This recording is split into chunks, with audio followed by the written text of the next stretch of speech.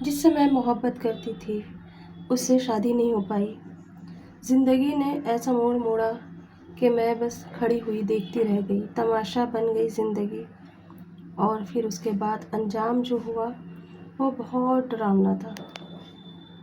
آخر کار ماں باپ نے اپنی من مانی کی۔ میں نے بہت چاہا کہ میں اپنی محبت کو حاصل کروں، لیکن نہ تو امی کی مرضی تھی نہ ابو کی، دونوں نے ہی منع کر دیا اور کہا نہ تو اس کا کاروبار ہے اور نہ ہی اس کا اپنا گھر در ہے، یہ تمہیں خوش نہیں رکھ پائے گا۔ بہت منتیں کی، بہت ہاتھ پیر جوڑے، لیکن کوئی نہ مانا، اور ایسے انسان سے میری شادی کر دی جسے میں جانتی بھی نہیں تھی۔ ابو کے دوست کا بیٹا تھا اور ابو نے کہا یہ لڑکا بالکل ٹھیک ہے، اسی سے میں شادی کروں گا تمہاری۔ نہ جانا نہ پہچانا اور بس اٹھا کے اس کے بندھن میں باندھ دیا۔ شادی سے پہلے میں بھی اور لڑکیوں کی طرح رہتی تھی۔ مجھے بھی کالج میں ایک لڑکا اچھا لگنے لگا تھا، وہ مجھے سمجھتا تھا، میں بھی اسے سمجھتی تھی، پر وہ حد سے زیادہ مجھے جنون کے ساتھ پیار کرتا اور کہتا میری نہیں ہوگی نا تو میں کسی اور کی بھی نہیں ہونے دوں گا۔ اکثر میں کہا کرتی تھی ایسے نہ کہا کرو، تمہاری ان باتوں سے مجھے بہت ڈر لگتا ہے۔ تو وہ کہتا تھا کہ دیکھ لینا زندگی میں اگر کبھی تم نے مجھے دھوکہ دیا نا تو میں تمہاری زندگی بھی برباد کر دوں گا۔ کیا کوئی محبت ایسی ہوتی ہے؟ محبت کرنے والے تو ایک دوسرے کے لیے جان دے دیتے ہیں، پریشان ہو جاتے ہیں، اور مرنے جینے کی قسمیں کھانے والے کبھی بھی کسی کو نہیں مارتے۔ بس یوں ہی سلسلہ چلتا رہا اور بات آگے بڑھتی چلی گئی۔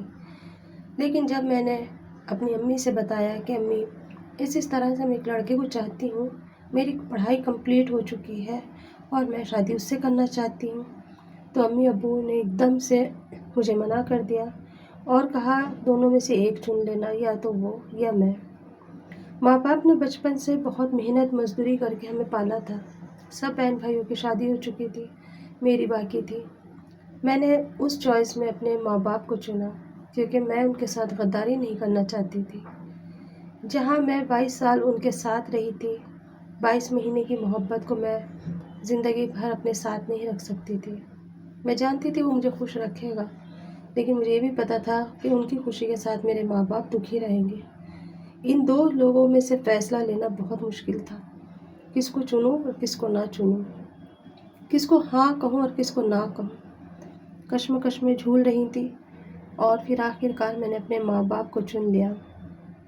ماں باپ نے اپنی پسند کا رشتہ کرا، کوئی دان دہیز کی کسی چیز کی بھی کہیں سے کوئی فرمائش نہیں تھی، نہ ہی یہاں پر تھی نہ وہاں پر تھی، اور اس طرح سے میری شادی ہو گئی۔ شادی کے صرف 7 دن کے بعد ہی مجھے طلاق بھی ہو گئی۔ یہ 7 دن میرے کیسے گزرے یہ میں ہی جانتی ہوں۔ شادی والے دن سب کچھ اچھا چل رہا تھا، میری شادی بہت اچھے سے ہوئی۔ ماں نے روتے روتے ودا کرا اور بہن بھائیوں نے ساتھ چھوڑا۔ اس وقت لگ رہا تھا اب دنیا الگ ہو جائے گی۔ دل میں اس کی محبت کو دبا کے دوسرے کے ساتھ خوش رہنا بہت مشکل تھا میرے لیے۔ پھر بھی میں نے فیصلہ لیا کہ اب جس کے ساتھ میں بن گئی ہوں اسی کے ساتھ زندگی بھر نبھانا ہے، وفاداری کے ساتھ میں۔ اس رات اس نے مجھ سے سب کچھ پوچھا اور میں نے اسے نہ میں سر ہلایا۔ پہلے سوال یہی تھا تمہاری زندگی میں تو کوئی نہیں؟ میں نے کہا نہیں۔ تم کسی اور کو تو نہیں چاہتی؟ میں نے کہا نہیں۔ یہ شادی تمہاری مرضی سے ہوئی ہے نا یا کہ تمہاری نا مرضی سے؟ میں نے کہا میری مرضی سے ہوئی ہے، مجھے تم پسند تھے، بس یہ کچھ سوالات ہمارے بیچ چل رہے تھے اور پھر ہم زندگی کے اس سفر پہ چل پڑے جہاں ہم دونوں کو ایک ساتھ رہنا تھا۔ پتہ نہیں تھا یہ سفر آگے چل پائے گا یا نہیں، لیکن یقین تھا کہ میں کچھ نہیں کر پاؤں گی اور زندگی آرام سے میری اس کے ساتھ گزر جائے گی۔ اس بھروسے پہ میں نے اپنی زندگی کو اس کو سونپ دیا تھا۔ وہ رات بہت اچھے سے گزری، اگلا دن بھی بہت اچھے سے گیا، لیکن جیسے کہ بیٹی والے لے کے جاتے ہیں ایسے ہی مجھے بھی میرے ماں باپ آ کر کے لے کے گئے۔ اس دن مجھے ایسا محسوس ہو رہا تھا کہ میں آج امی کے گھر نہ جاؤں، پتہ نہیں کیوں دل میرا بار بار رک رہا تھا اور من میں ایک عجیب سی بے چینی تھی۔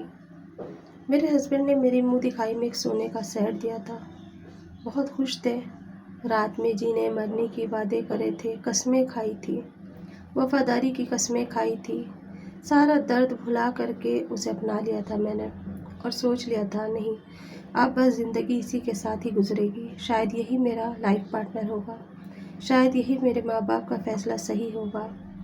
اور اس طرح سے میں امی کے ساتھ میں آ گئی۔ امی ابو دونوں ہی آئے تھے۔ امی میری نظر اتار رہی، بلائیاں اتار رہی اور کہہ رہی شادی میں سب تمہیں بہت دیکھ رہے تھے، میری بیٹی کو کہیں نظر نہ ہو جائے۔ میں بھی چپ تھی اور اندر ہی اندر جو چل رہا تھا وہ میں کسی سے نہیں کہہ پا رہی تھی۔ اگلے دن مجھے میرے ہسبینڈ لینے آنے والے تھے۔ میں صبح سے انتظار کر رہی تھی، بیٹھی تھی، میرے ہسبینڈ نہیں آئے۔ شام ہو گئی، وہ نہیں آئے۔ میری امی ابو بار بار فون کر رہے تھے کہ آئے کیوں نہیں، تو انہوں نے کہا کہ کچھ مسئلہ ہے، میں کل آؤں گا۔ وہ دن بھی میرا ایسے ہی گزر گیا۔ اگلا دن آیا تو میرے ہسبینڈ نے فون ہی نہیں کرا۔ میرے پاپا نے اپنے دوست کو فون کر کے کہا کہ کیا بات، داماد جی نہیں آئے؟ کہنے لگے کہ ابھی آنے والا ہے تھوڑی دیر میں۔ اور اس طرح سے میرے ہسبینڈ اپنے ماں باپ کو لے کر آئے، ساتھ میں کچھ فوٹوز تھے، کچھ لیٹر تھے، اور وہ لا کر کے میرے ماں باپ کے سامنے انہوں نے رکھ دیے۔ کہا کہ تم نے تو کہا تھا تم وفادار رہو گی، تمہاری زندگی میں کوئی نہیں، یہ فوٹوز اور یہ لیٹر کیسا؟ وہ ساری چیزیں دیکھ کے میں سن سی رہ گئی۔ اس وقت ایسا لگ رہا تھا جیسا ساتواں آسمان میرے سر پہ ٹوٹ گیا ہو، زمین ہل گئی۔ میں پریشان تھی اور سمجھ نہیں پا رہی تھی۔ امی ابو سے تو نظر ہی نہیں ملا پا رہی تھی۔ کچھ فوٹوز اس نے میرے لیے تھے، کچھ لیٹر میں نے اسے لکھے تھے، وہ سارے ایک جگہ ہو گئے تھے، اور میں نے وہ فوٹوز اس کو واپس کرے تھے اور لیٹر بھی، اور کہا تھا کہ اب ہم کبھی نہیں ملیں گے، جیسے ہر جگہ ہوتا ہے۔ میں نے بھی ایسے ہی کرا تھا کہ یہ یادوں کے سہارے جی لے گا، میں اپنی زندگی گزار لوں گی۔ مجھے نہیں پتا تھا وہی چیزیں میری زندگی میں ایک دن آگ لگا دیں گی۔ جب میرے ہسبینڈ نے وہ میرے سامنے رکھے تو میں چپ ہو گئی۔ میرے ابو کا سر جھک گیا، میری امی بھی ندامت سے کھڑی تھی، جیسے کوئی مجرم ہو، میں نے نہ کرا ہو، یہ گناہ میری ماں نے کرا ہو۔ انہوں نے کہا کہ ہم اپنی بہو کو ایسا نہیں سمجھتے تھے، تمہاری بیٹی پاک دامن نہیں ہے۔ میرے ہسبینڈ نے کہا میں ایسی عورت کو کبھی نہیں رکھ سکتا، ایسی کے ساتھ زندگی کبھی نہیں کاٹ سکتا جس کی پوری زندگی کسی اور مرد کے ساتھ گزری ہو۔ میں نے اسے کہا میرا کوئی زیادہ لمبا چوڑا افیئر نہیں رہا، تمہارا بھی رہا ہوگا؟ تو کہنے لگا میں مرد ہوں، میں کچھ بھی کر سکتا ہوں، لیکن تم عورت ہو، تمہاری مریادہ الگ ہے۔ میں اس کی بات سن رہ گئی۔ وہ کہنے لگا یہ رشتہ میں گھٹ گھٹ کے لے کے نہیں جی سکتا، ہاں تمہیں بھلانے میں تھوڑا ٹائم لگے گا پر میں بھول جاؤں گا، لیکن اس طرح سے میں دھوکے والی زندگی نہیں جی سکتا۔ اور اس نے مجھے وہیں امی کے ہاں چھوڑ کر کے اور مجھے طلاق دے دی۔ 3 لفظ وہ کہہ گیا اور میری زندگی آپ برباد کر گیا، پر مجھے نہیں پتا تھا یہ ساری چیزیں کس نے دی ہے، کس نے وہاں تلک پہنچائی ہے۔ شک تو مجھے تھا اس پر۔ پھر میں نے دیکھا کہ ایک دن میرے ابو کی طبیعت بہت زیادہ خراب ہو گئی اور میرے ابو کا اٹیک آیا۔ اسی رات میں میرے ابو ہاسپٹل ایڈمٹ ہو گئے۔ میری امی میری شکل نہیں دیکھنا چاہتی تھی، میرے ابو مجھ سے بات نہیں کر رہے تھے، ہسبینڈ نے چھوڑ دیا تھا۔ اب کہاں جاؤں، کیا کروں؟ اپنے ہی گھر میں انجان بن کے رہ گئی۔